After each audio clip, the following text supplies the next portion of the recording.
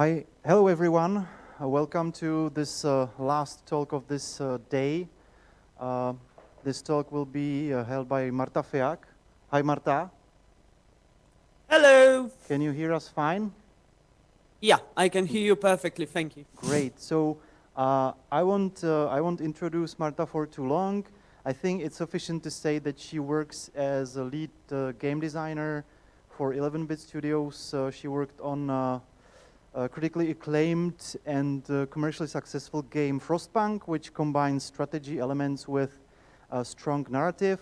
And that's exactly what she does, what her work is, and what she will be talking about today. So now I give the word to Marta. Hi, Marta. Hello. So, yeah, I'm Marta Fijak. I'm the lead game designer, the usual thing, at 11-bit studios, currently working on a project that I sadly cannot tell anything about this at this moment, but previously I was doing Frostpunk, and we will get back to Frostpunk during that talk. But I gathered you today to talk about systems as narrative tool. So they're from Anecdote Generator to a movie experience. But first and foremost, let's define a game for this talk, because as you probably know, as far as game definitions, you have multitude of them, coming from the descriptive ones, like is a playful situation with control rules, yada yada yada, you know, from the Homo Ludens book from 1938, if I recall correctly, up to the more functional current one, like the Brian's Upton, that this is the free movement in the system of constraints. You have plenty of those. But in terms of this speech, we will use the really basic one, and one that is not extremely useful for development, but useful for thinking about games. So it's a wonderful mix of mechanics and story to create a narration that supports the core fantasy. It is a quite dense definition, so let's go through all of those parts to eventually, after a lot of me talking, and that's gonna be a little bit of talking, we will get to the point discussing systems as narration. But let's start. With the fantasy. Every game, every good game, should have a strongly defined core fantasy lying underneath it. This is the feeling, this is the sensation you want to tell the player. And this is usually the starting moment of the game, and this also going after Jesse Schell, the guy from The Art of Game Design, the Book of Lens, is the thing that should not change during the development. And the core fantasy can be as simple as complicated as we want. So, for example, the Tony Hawk series has a simple fantasy, a fantasy of being a skater, a pro skater, to be more precise. This War of Mine has a core fantasy, not a fun one, but still a fantasy, of being a civilian during war. The Dark Souls series have that core fantasy of being nobody in the world of terrors. So this is the intended experience that the game should create. And everything that we build over the game, so with the art, with the mechanics, with the story, all of that should support that intended experience. And of course, it is good to not have things that do not support that core experience, that intended experience. As saying after the things that the Journey creator said, the game is not done when everything is added, but it's done when the last not needed thing is removed. So this is the fantasy. Next, we go to the systems and mechanics. For simplification for the stock, we talk about systems in terms of groups of mechanics. So having many mechanics focused around a feature or focused around a certain element of the game will create a system for that part of the game. We will have an example in the future. But what systems and mechanics do, what is most important, is provide the unique characteristic of our medium. They support the interactivity. Because many other things can be translated without that. We've got the movies, we've got animations, we've got books, we've got paintings.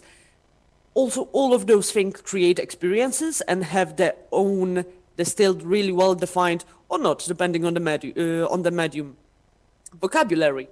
And that one unique part for our medium is the mechanics and the systems, so the things that provide the interactivity. So the ways that I, as a player, can change the game state, so I can influence what is happening. And going after Upton's, the game, sorry. Not Corona, sorry for not wearing a mask, but I'm at home. So what those mechanics and systems do, they generate the decision space. Because us playing is nothing more than us making first decision in our heads about what we are going to do next, and then using the interactive elements, influencing the game state to shift it from one to another, to influence it the way that we want. Of course, there are games that this decision space is not correlated one-to-one to the interactive aspect of the game, because in here there's the good question of walking simulators.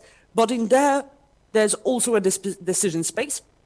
But those games create something that is called the interpretive decision space.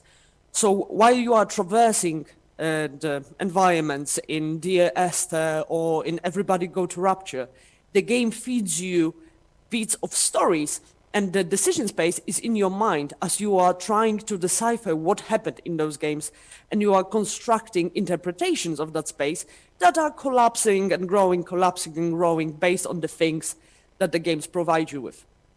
And the engagement comes from the density and from how many of those choices are there. Because if the game starts and you know what to do from the beginning to the end to win, there's no fun and there's no need to play. And it's the same with the walking simulators. If I start the game and from the very beginning know the whole story, there is no reason for me to play. So that's the systems and mechanics. They are there to provide the interactivity and to generate the decision space, which is the unique aspect of our medium, the interactivity. Because the decision space, not so much, but this is something that we can discuss later if you want to Q&A. And then goes the story. So it's the written down static elements of narration. Every game has some form of a story. It can be as simple and as complicated as we want it to be. But what is important is this distinction between the story and the narration. And in a minute we will move to the narration. But every line, written line, that it will always be the same, this is the part of the story. So even as not story-dense games like Spelunky have the basic story still behind them. There's a guy, he's going down, he knows he will find something nice. That's the whole story, but the narrations that the game generates, there's a multitude of them. Because the narration is the order of events in the experience. So the narration is not only the parts of the story that you read, the whole narration that is created in your head from the experience of playing the game is the collection of all of the actions that you have made and all of the story bits. Because the tricky part is, there's that famous Kuleshov effect. I should have put picture in here of the Kuleshov effect. Normally I would ask you, do you know the Kuleshov effect? Do you know it? Because I can see some of you. I think there's one hand up. Okay, so I will still go with the Kuleshov effect. Because what is really important for a story bit is the context. The Kuleshov effect, it was a experiment made many, many years ago, where there was a face of an actor. It was always the same blunt face. It was, that's all. There was 3 pictures, but there was a picture pre-assessing that face of an actor. And once it was food, then it was a dead baby, and then it was a lady. And depending on which sequence the people saw, they interpreted the actor face, which was still the same. It was like totally differently. So when they see spaghetti and then the face, people said that, oh, he wonderfully portrayed hunger. When it was the dead baby and still the same face, people were saying, oh yes, he's indeed grief and deep remorse. And when it was the lady and then the same face, people were like, yes, it's the pure encapsulation of lust. So that actor is wonderful.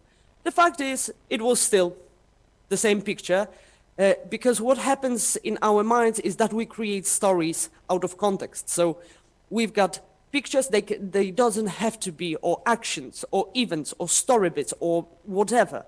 We create stories in our mind because this is how, on the lowest level, we understand the world around us. So the narration is that part, is that whole experience of all of those things, story bits, actions, and this is that grand story. There's some mix up with that, goes with the terminology, but this is that grand thing that is created in our head, and this is the narration of our experience of that game, and this is the powerful part. So, game has a defined story, those story beats that we talked, but the narration is dynamic due to player choices. So, due to the fact that the game is interactive, even if we don't have branching narratives, the narration still will be different per player because there's a different journey how he got to the place that he got. So to sum up that part, let's go for an example, looking on Frostpunk and how those different layers work in here. Just to put things in context, Frostpunk is a survival society city building game, lots of words. But what is important, it tells the story of last human on Earth because the Earth has frozen to the bone. And they're reaching far, far north to live around the generator, the last thing that gives them heat and chance for survival. But the core fantasy of that game is the role of the leader. And it's not just, oh yeah, the power fantasy, I'm the leader, it's cool, all of them will do what I want, so good. No, it's the role of the leader in that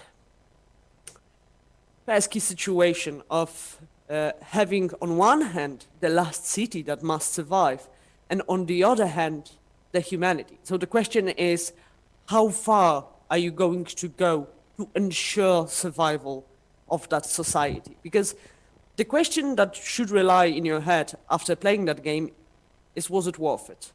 Is our survival always worth of breaking the rules that were dear to us?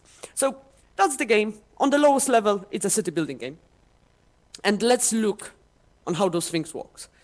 So we have in that game a basic mechanic, social discontent, because that city is full of little humans, and those little humans, if they are not fed, not warm enough, sick, or whatever, they will start to gather discontent. Actually, they will start to have unfulfilled needs, which will start to build anger with them. But in the end of the day, this will translate to a social discontent. And this is that, can you see my mouse? Because I'm pointing to someone. Yes, we can.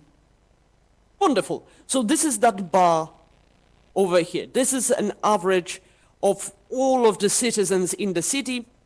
Normally in the game, if you hover over it, you will see that 20% of the people is hungry, 35% is sick, yada, yada, yada. There's also hope, but not important in that example. And that thing ties into a bigger system. So there's the social system, which is, sorry, so I will take away the mouse. These disappear, yeah. So it ties into the whole bigger picture, the social system, which has laws that you can enact, the police hour, for example, guard stations, and that whole story of creeping normality. So you are starting from trying to be good and take care of those people, and you wake up in a Nazi state. And into that social system, there are also story beats fed, because if there is high social discontent, this is just a number. The player will see that number, and maybe he will start to build a narration in his head that his people are suffering. But for many players, this is not enough to empathize with that situation, to feel that situation.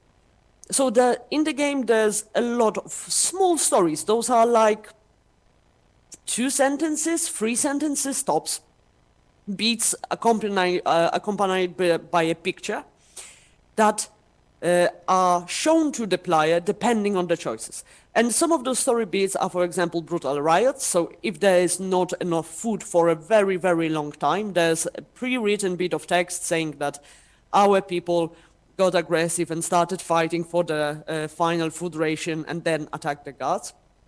And there are also a more personal kind of story bit. So the widow, so it's a lady that comes to us as a leader, asking for a proper burial of her husband who died out of sickness. And that sickness was our neglect because we were not hitting the entire place properly, because in that game at one point it's getting like 100 minus 150, even more. So yeah, if you are not hitting, people are dying.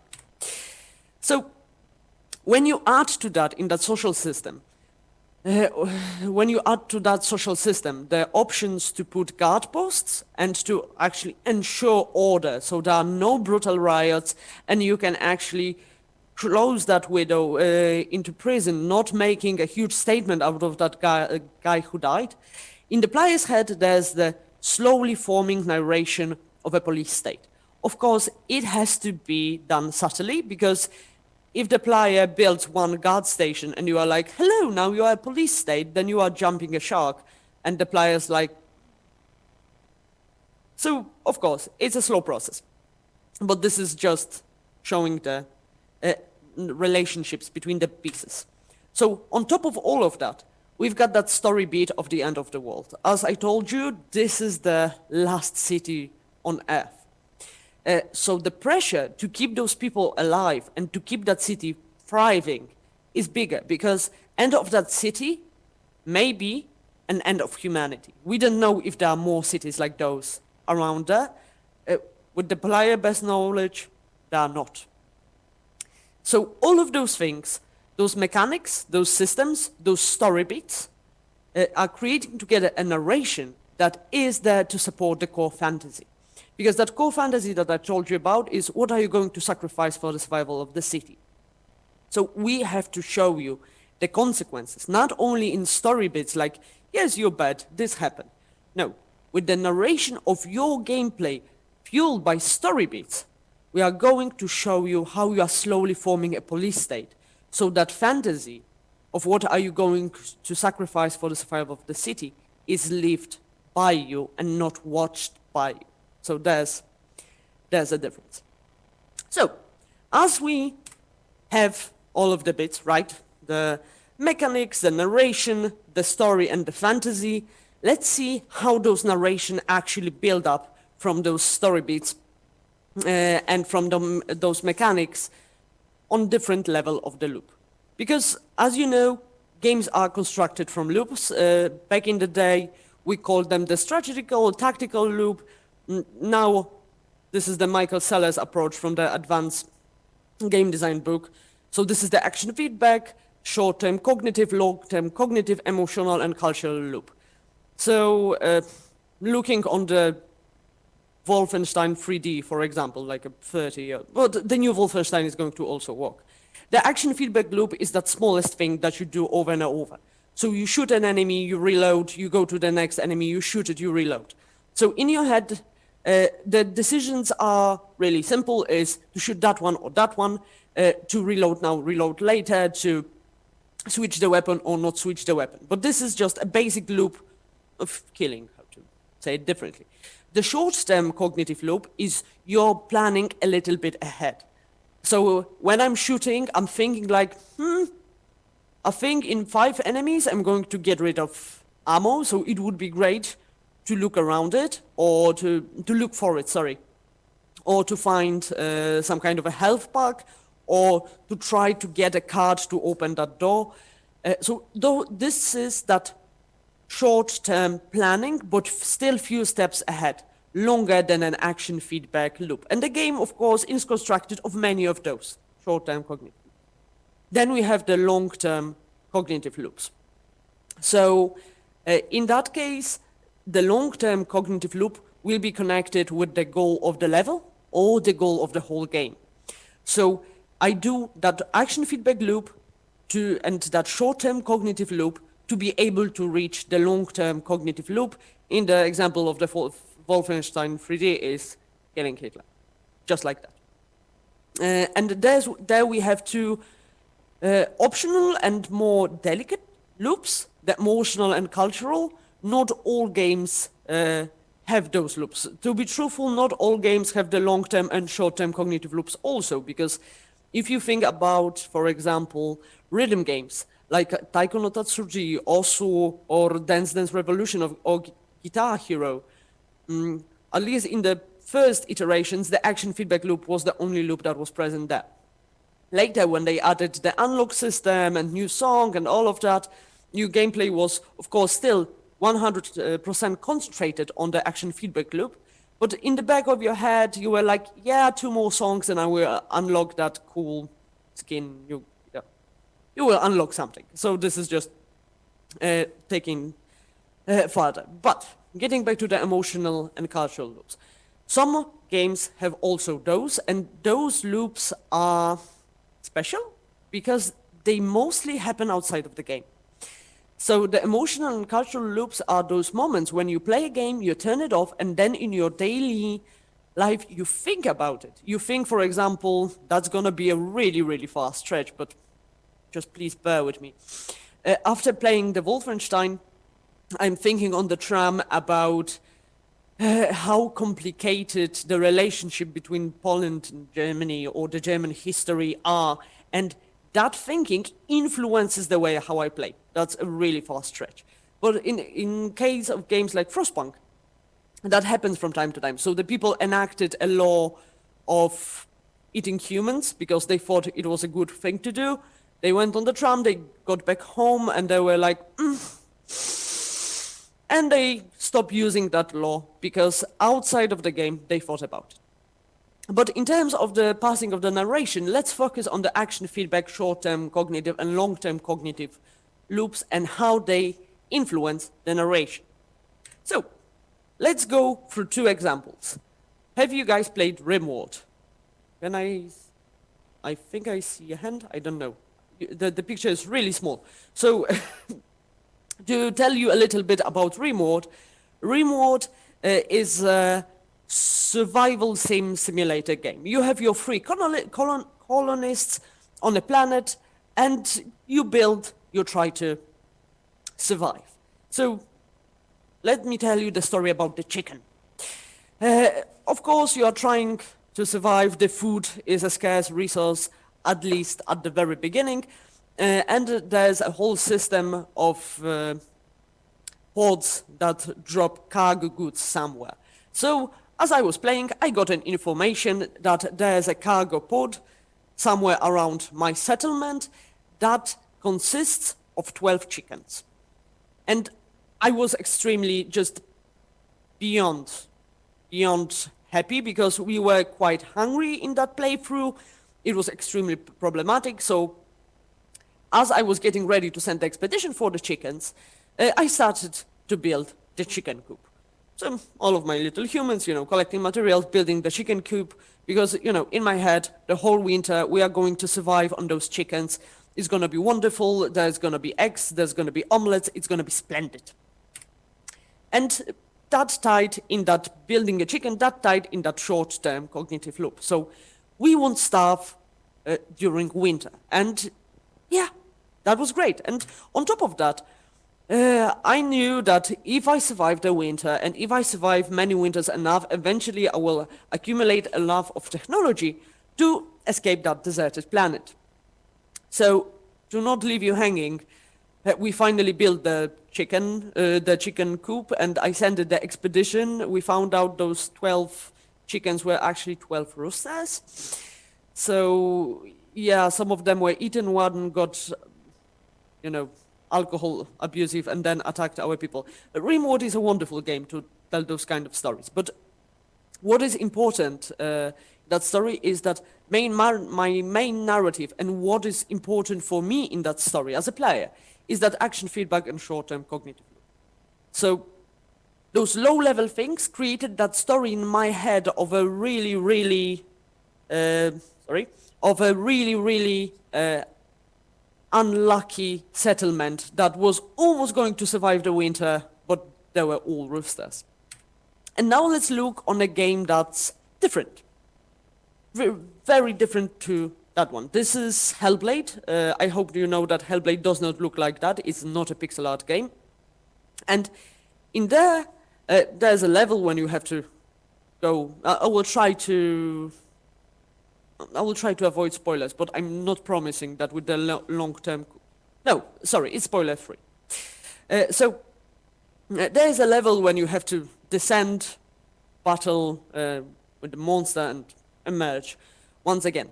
So my action feedback loop was quite simplistic. I was avoiding shadow. I was trying to get through that to avoid shadow. My short-term cognitive loop was escaping that underworld. So, I fall down, I was in that darkness, I wanted to get out of that place by avoiding shadows. But what was important for me as a player was the long-term cognitive.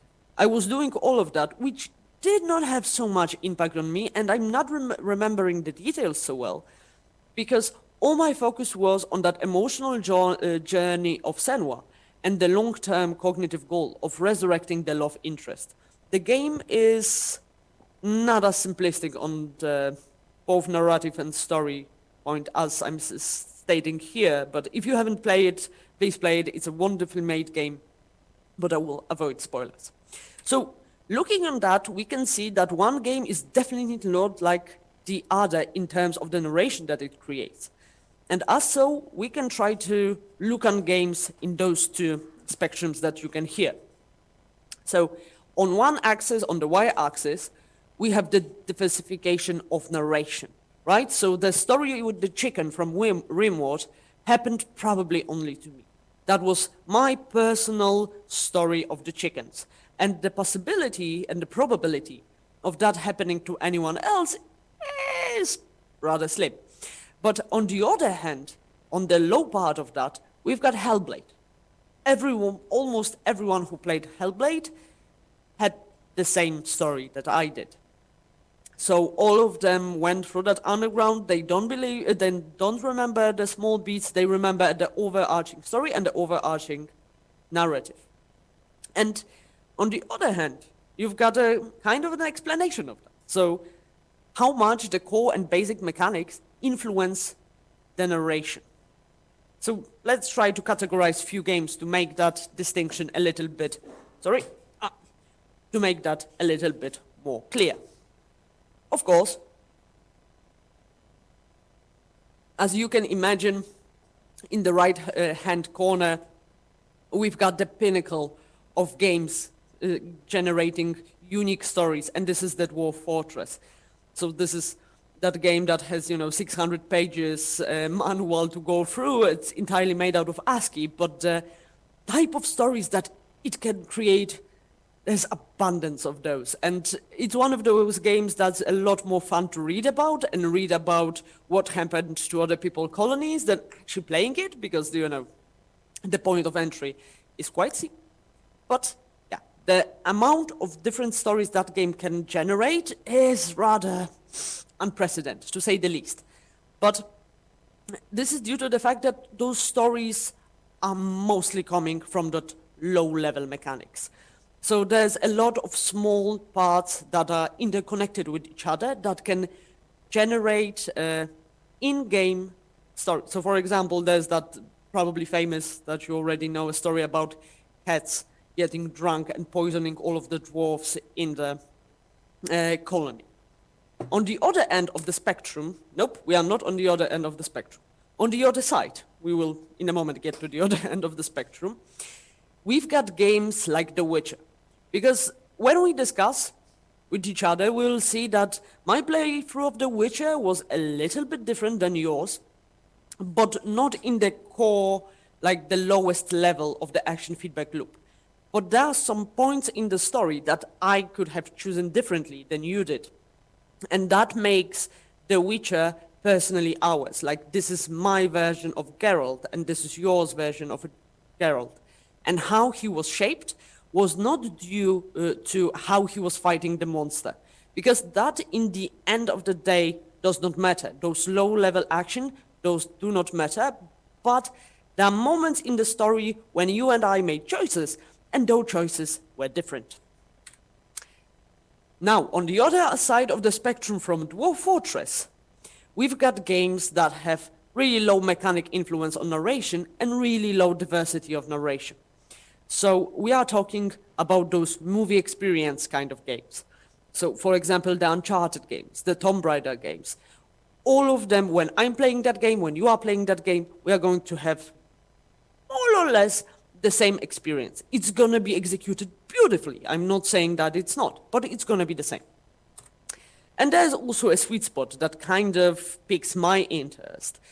And this is the place where the diversification of narration is not so high, but the influence of the narration on the mechanics is high. And this is her story. In a second, I will delve into more details. Of course, we can fill those spaces even more. You've got the Rimworld next to the Dwarf Fortress, the Planescape Torment, you know, the pick your own adventure game. Hellblade is that low kind of game, and next to her story, there's a picture of the seams that it's due to something not visible.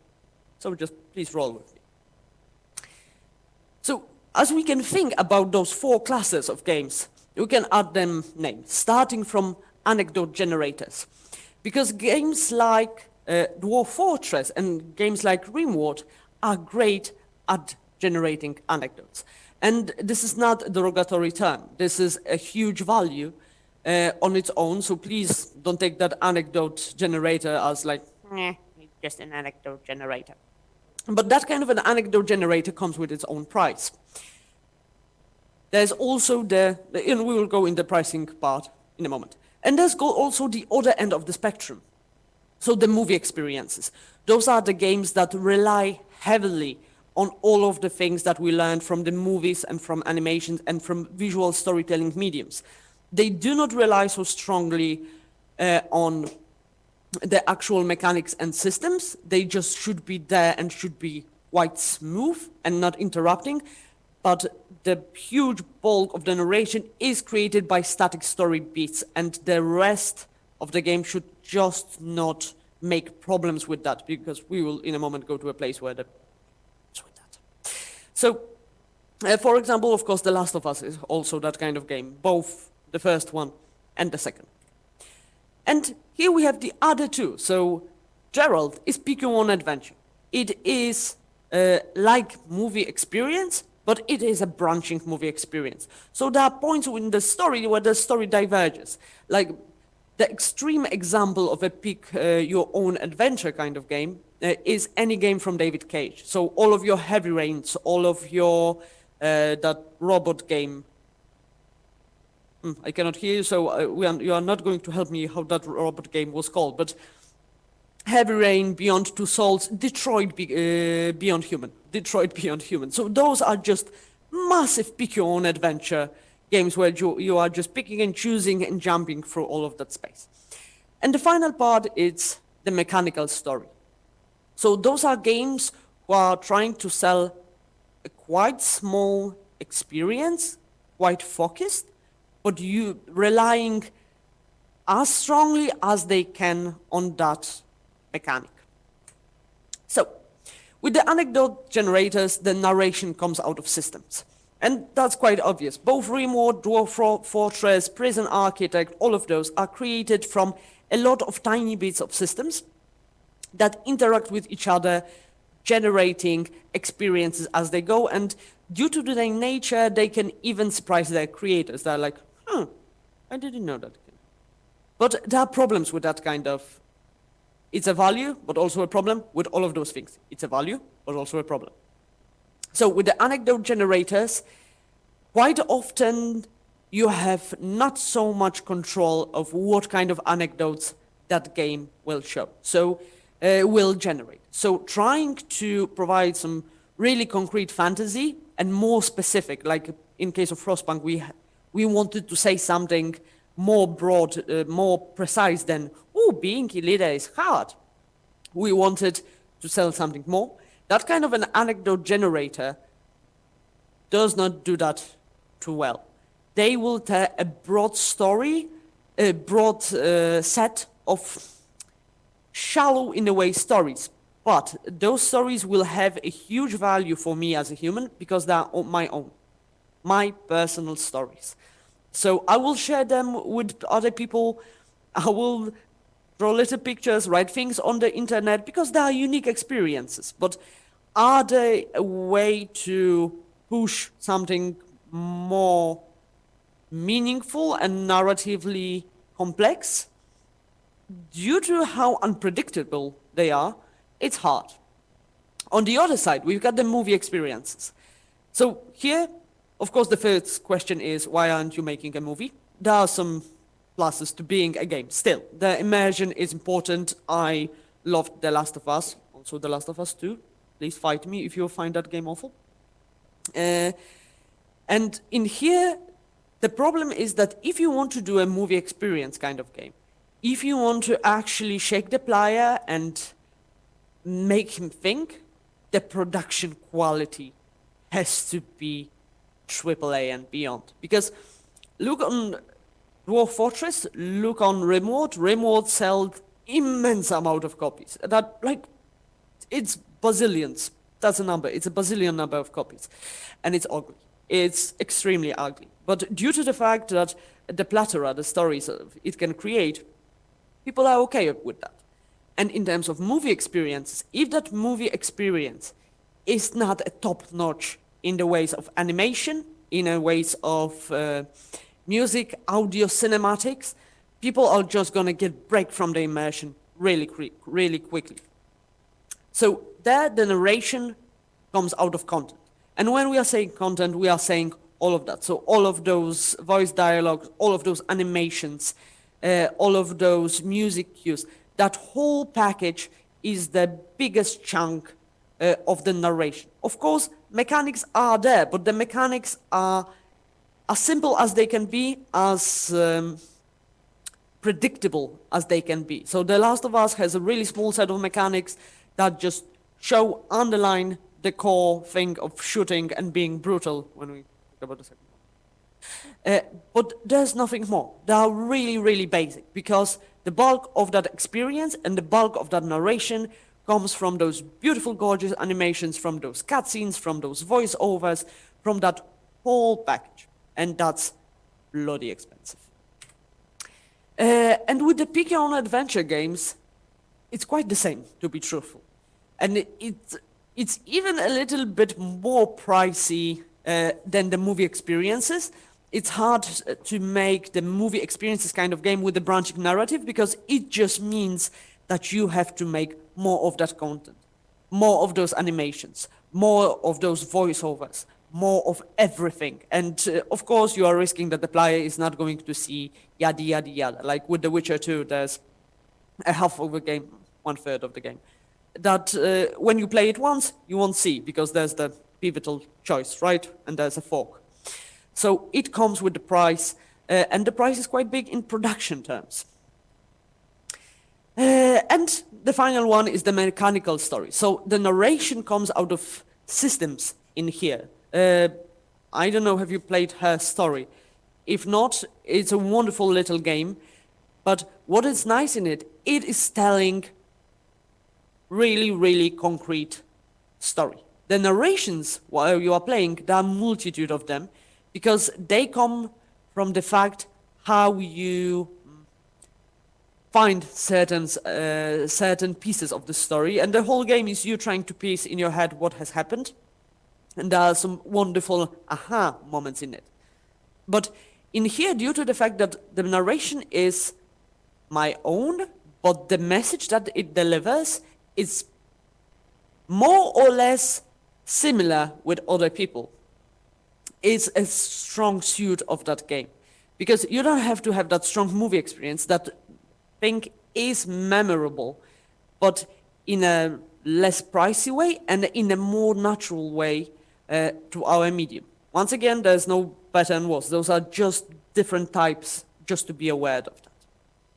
So let's go to actual problems that can happen with those things. Because when we are talking about the anecdote generators, the problem is sometimes the creator does not know what his systems or her systems are going to say. So I don't know if you remember, there was that whole remote queer woman controversy. because the system behave in a way that showcased really strongly one pattern of behavior. And of course, people were like, oh, why is like that? This is not an actual representation of the thing. And the author was, of course, it's only a system, yada, yada.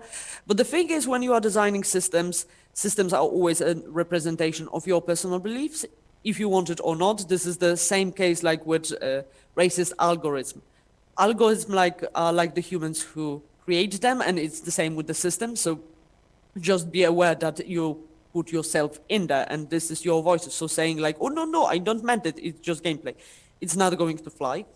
But you have to be sure if the systems that you are making and the whole plethora of different narrations are the thing that you are wanting to say, and those are the things that you want to sign yourself below. Because the same thing is with the video game romance, and it's both for pick your own adventure games because those are most prominent there, but also for smaller games which have romance, because systems, romance systems in games are the old school one. If you look at them from the systemic perspective, they're quite awkward. As you find your love interest in a game, you are like, yes, this is the man or this is the lady. And then over and over and over, you say the things that the person wants to hear, or do the things that the person wants to see. And finally, the sex is going to come out of it. So it's a vending machine for sex. And when you look on human relationships, this is far, far from what we are trying to do. So just let's be aware of those things, and let's be aware what the systems are telling, because, for example, this is an extremely skewed view. Or not, but if someone believes that, then he has to be ready to protect it. So with anecdote generators, it is important to know what we are saying. With the mechanical stories, what can be problematic is getting your message across. So I know that sounds weird, but Will Wright, the creator of The Sims, wanted to imbue The Sims with the message of anti-consumerism and a little bit of anti-capitalism, because the basic loop of The Sims is actually that you get money, you buy more stuff, the stuff gets broken, so you have to fix it, but you still buy more things, and eventually, all the time that all the things that your Sims do, we are talking about The Sims 1, is taking care of those things. So the more things, more time on the things, so those things just become your life. And I find it kind of sad that the Sims, the game that currently have, I think, 100 expansions for all of those things, and it's a consumer capitalistic child of games, was once meant to be the parody of it, and it kind of became what it was critiquing. It's kind of the same with Monopoly. I don't know if you know the story of Monopoly. That was actually in the first iteration a game about the horrible aspect of capitalism, and now it's the capitalist poster child of having Monopoly in every version that is possible. So with mechanical stories, what is important is checking many times if the core message is getting across, because you have less control due to the fact that the narration is more dynamic as it is system-driven. And with the movie experiences and pick your own adventure games, there's that, old horse that we all know, the Ludonarrative Dissonance. Do we all know what's Ludonarrative Dissonance? Who knows? Many hands? Please tell me. Almost, okay. I cannot see that, so just a quick one. It's like not even half of the people raise their hands. Oh, okay, because the picture of the audience on my screen is really, really small, and you merge together into one singular blob, which is also cool. So the Ludonarrative Dissonance is, Ludo is from play.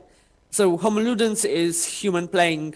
It's a theory, doesn't matter.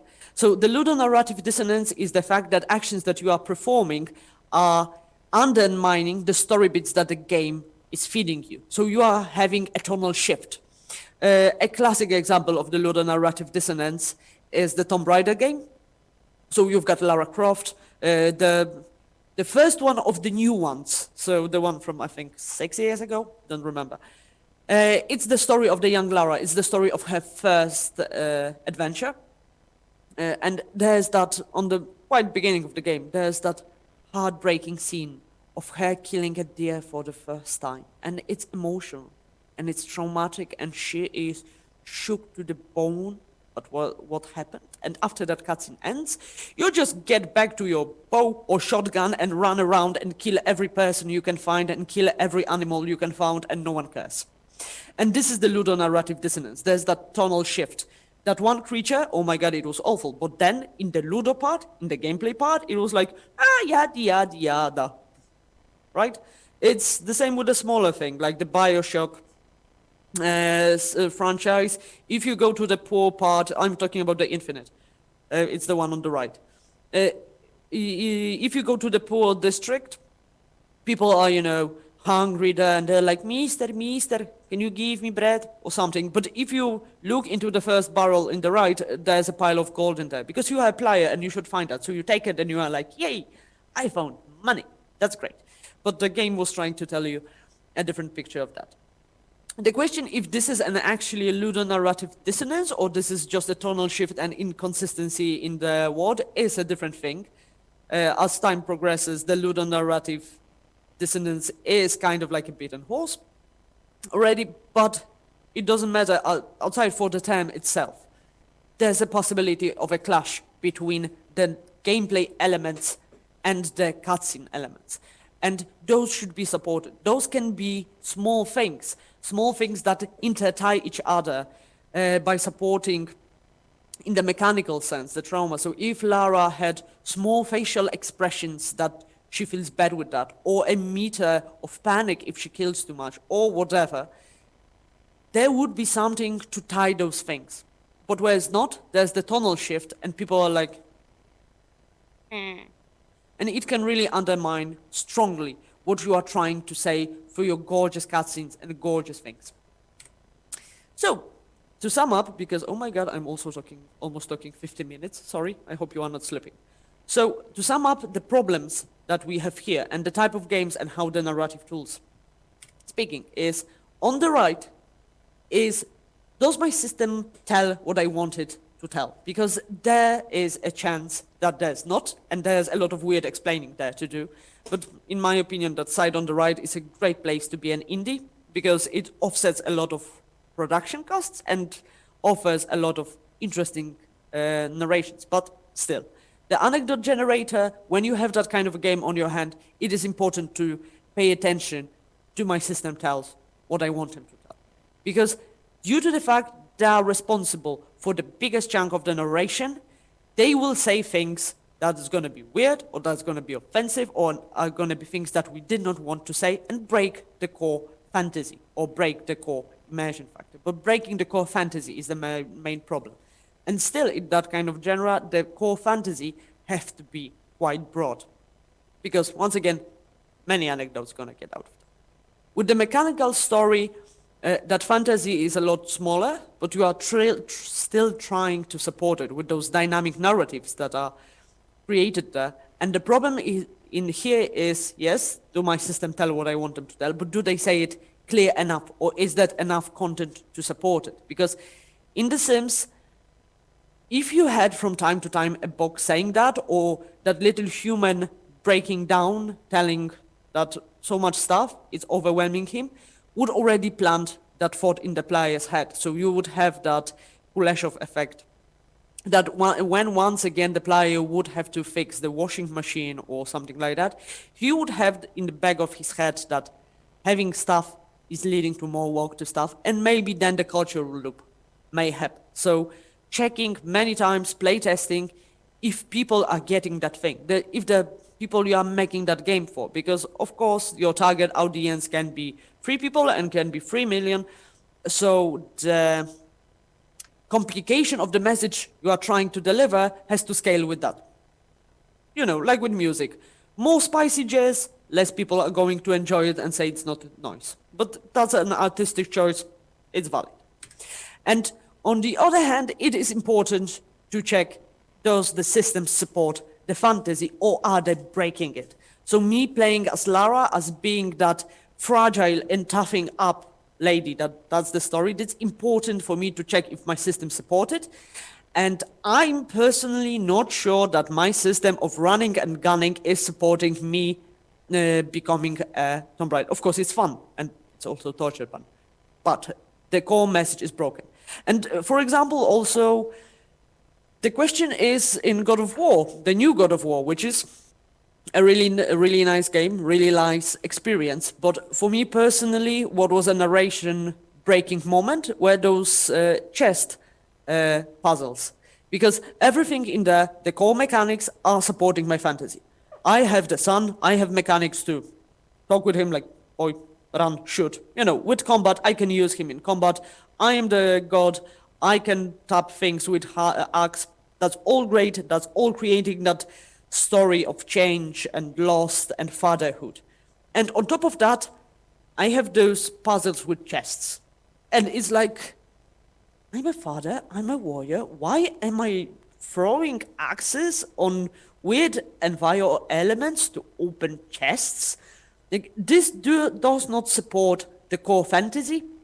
This is a dissonance in a way, because it shows how gamey it is.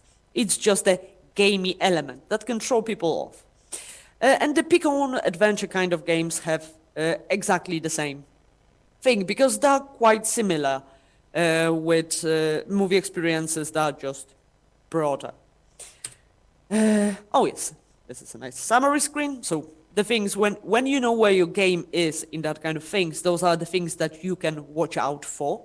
So does the system support the fantasy? So is there a chance of the Ludonarrative? Maybe not those terms, but tonal shifts that break the immersion and break the fantasy. On the other hand, is the message clear, and am I actually saying what I wanted to say to support the core fantasy? Because with the core fantasy, a good case recent for me is Ghost of Tsushima. In that game, the core fantasy is of me being a samurai. And I really like that. I really love that Kurosawa shots, you know, the old samurai movie, me lying in a bathtub deciding if I think about my father or about my uncle, the important things. But on the systemic level and on the balance level, I found the most efficient method to fight enemies is jumping around them. And nothing breaks my fantasy of being a samurai as bunny hopping around enemies to kill them. So the system, the combat system, within its balance, it's a small thing, but still within its balance does not support the fantasy. Where Sekiro, for example, with its really tight, of course there are many different games, with its really tight combat systems, really strongly builds the fantasy of being samurai / ninja. In there, it's more of a ninja archetype. But yeah, so those are the things that are good to look on your game from that perspective. So, to sum up, our medium has that unique way of expression. And systems are that unique part, and they are a narrative tool. So let's be aware that we are using it, and try not to using in contra of what we are trying to say in terms of the game on the left side, and not try to say whatever on the game of the right side, but check many times if they are actually saying what we want them to say. Thank you.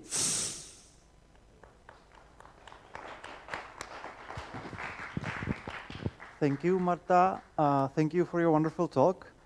We have some time for Q&A, so I wonder if anyone has any questions. If hlásil ses? Ne. So hlásil ses nebo ne? Nehlásil. So I have a question for you. It's a kind of a personal one, maybe. With Frostpunk, how content are you in terms of conveying the narrative with your systems? What do you think worked well, and what do you think didn't work as well as you wanted it to?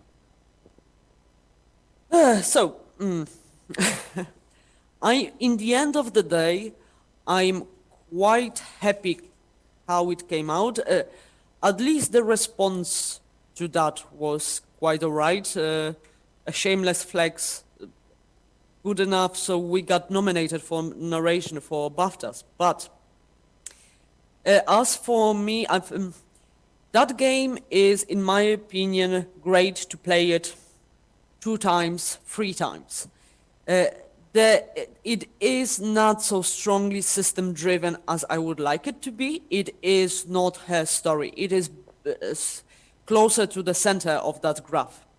And if there was more time for developing the society system, I would like to move even much more to the side of the systems to make it more like a Crusader King kind of system for doing the society, to create more unique experiences, but still focus around that tone, because I find those unique experiences to be much more impactful.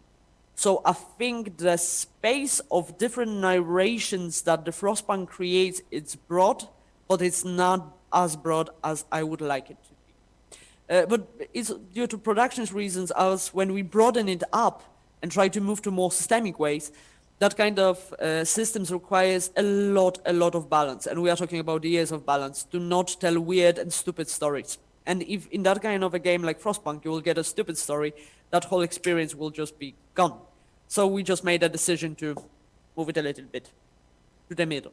But that's something that, if had infinite resources, I would like to explore much more. So pushing it more forward, the Crusader King kind of system.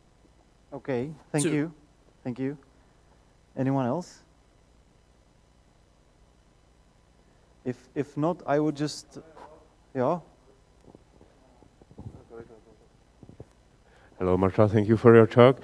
I have a question here. If you have your personal, let's say, heroes or somebody who you know does it right or you look upon, and who would that be? And if you can name his games or maybe literature, whatever comes to mind.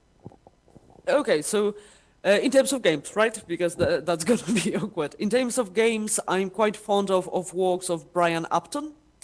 He is the author of Aesthetic of Game Design and Aesthetics of Play, sorry. It's called Aesthetics of Play, and his second book is Situational Game Design.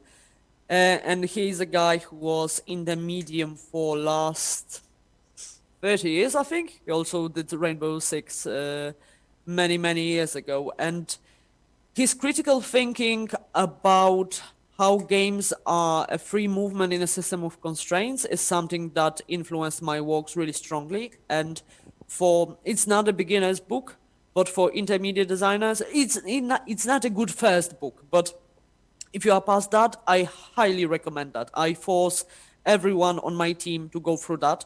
Of course, as this is game design, this is not like great solution for it all, but he proposes a set of 7 heuristics, if I remember correctly, to examine your game, to see if it actually produces engagement coming from that decision space. And I find it extremely valuable. So that's one thing. Well, this is like a person that I deeply respect at this moment in terms of the field.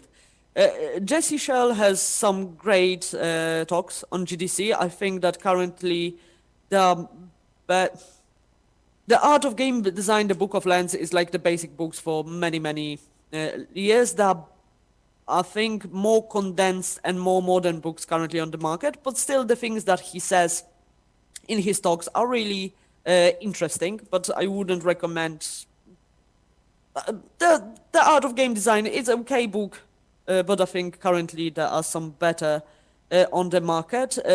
And also on the personal terms, I'm quite interested with the works of Benedict Foddy.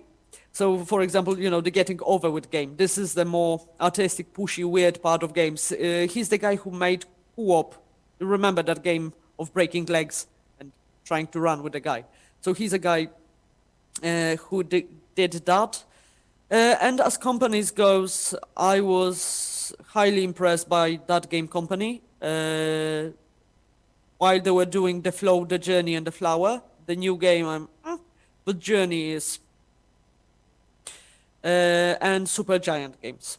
So they know the Bastion, now the Hades is a new one, the Pyre, the Transistor. I think they do a really lovely blend of unique and fresh mechanics and nice word construction. They're small, neat packages.